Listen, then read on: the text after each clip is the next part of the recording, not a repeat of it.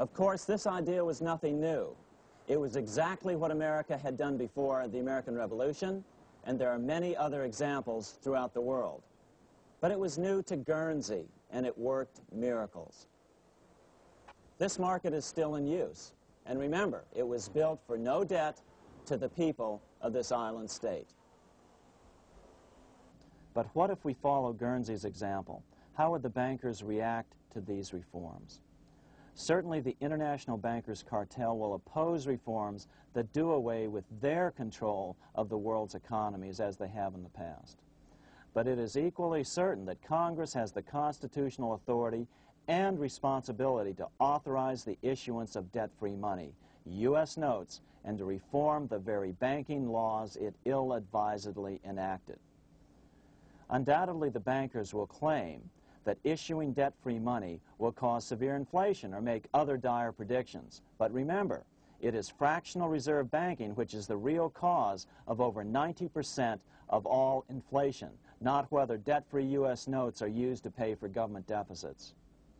In the current system, any spending excesses on the part of Congress are turned into more debt bonds, and the 10% purchased by the Fed are then multiplied many times over by the bankers, causing over 90% of all inflation. Our fractional reserve and debt-based banking system is the problem. We must ignore its inevitable resistance to reform and remain firm until the cure is complete.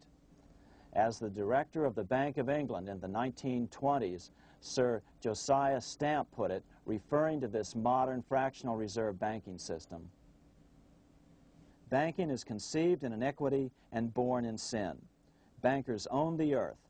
Take it away from them, but leave them the power to create money and control credit, and with the flick of a pen, they will create enough money to buy it back again. Take this great power away from the bankers, and all great fortunes like mine will disappear, and they ought to disappear, for this would be a better and happier world to live in. But if you want to continue the slaves of bankers and pay the cost of your own slavery, let them continue to create money and to control credit." Americans are slowly figuring this out. Today, over 3,200 cities and counties have endorsed the proposal of a nonprofit organization called Sovereignty. The Sovereignty movement calls for Congress to authorize the Secretary of the Treasury to issue $90 billion per year of U.S. notes, not Federal Reserve notes nor debt-based bonds, to loan money interest-free to cities, counties, and school districts for needed capital improvements. Remarkably, and to their praise, the Community Bankers Association of Illinois, representing 515 member banks, has endorsed this sovereignty proposal, a good step in the right direction. As Milton Friedman has repeatedly pointed out, no severe depression can occur without a severe contraction of money. In our system, only the Fed, the Bank of International Settlements, with U.S. bankers' cooperation, or a combination of the largest Wall Street banks could cause a depression. In other words, our economy is so huge and resilient, a depression just can't happen by accident. Unless we reform our banking system, they will always have that power. They can pull the plug on our economy anytime they choose. The only solution is to abolish the Fed and the fractional reserve banking system and withdraw from the BIS. Only that will break the power of the international bankers over our economy. And keep in mind, a stock market crash itself cannot cause a severe depression. Only the severe contraction of our money supply can cause a severe depression. The stock market crash of 1929 only wiped out market speculators, mostly the small to medium ones, resulting in $3 billion in wealth changing hands. But it served as a smokescreen for a 33% contraction in credit by the Fed over the next 4 years, which resulted in over $40 billion in wealth from the American middle class being transferred to the big banks. Then, despite impotent howls of protest from a divided Congress, the independent Fed kept the money supply contracted for a full decade. Only World War II ended the terrible suffering the Fed inflicted on the American people. In a depression, the remaining wealth of the debt-burdened American middle class will be wiped out by unemployment, declining wages, and the resulting foreclosures.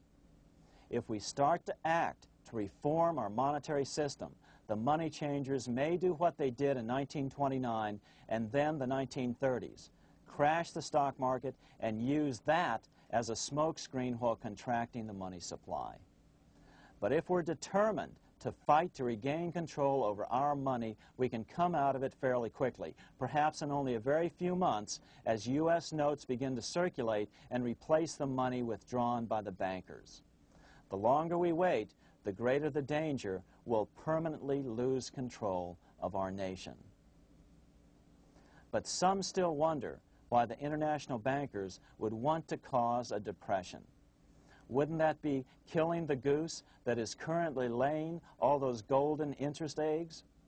Remember what Larry Bates said at the first of this videotape. You see, in periods of economic upheaval, in economic crisis, wealth is not destroyed. It is merely transferred. Do we have any hints as to what the money changers have in store for us? Here's what David Rockefeller, the chairman of Chase Manhattan Bank, the largest Wall Street bank, had to say. We are on the verge of a global transformation. All we need is the right major crisis and the nation will accept the New World Order.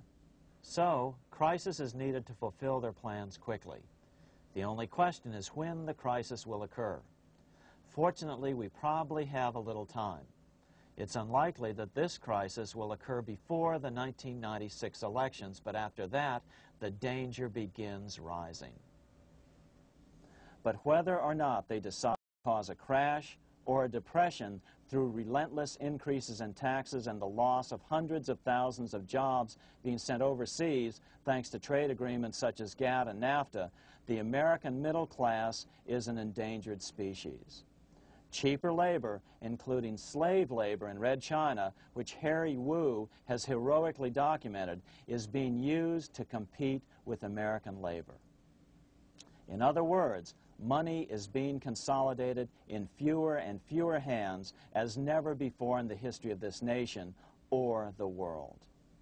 Without reform, the American middle class will soon be extinct, leaving only the very rich few and the very many poor, as has already occurred in most of the world. We've been warned of all this by congressmen, presidents, industrialists, and economists down through the years. Religious leaders, too, have seen the danger.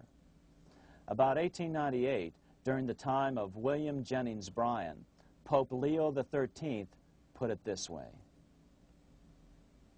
On the one side, there is the party which holds the power because it holds the wealth, which has in its grasp all labor and all trade, which manipulates for its own benefit and its own purposes all the sources of supply, and which is powerfully represented in the councils of state itself.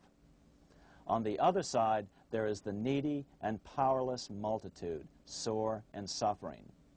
Rapacious usury, which, although more than once condemned by the Church, is nevertheless under a different form, but with the same guilt, still practiced by avaricious and grasping men, so that a small number of very rich men have been able to lay upon the masses of the poor a yoke little better than slavery itself.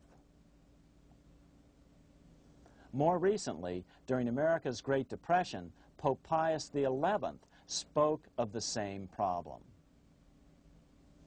In our days, not alone is wealth accumulated, but immense power and despotic economic domination is concentrated in the hands of a few. This power becomes particularly irresistible when exercised by those who, because they hold and control money, are able also to govern credit and determine its allotment. For this reason, supplying, so to speak, the lifeblood to the entire economic body and grasping, as it were, in their hands the very soul of the economy, so that no one dare breathe against their will.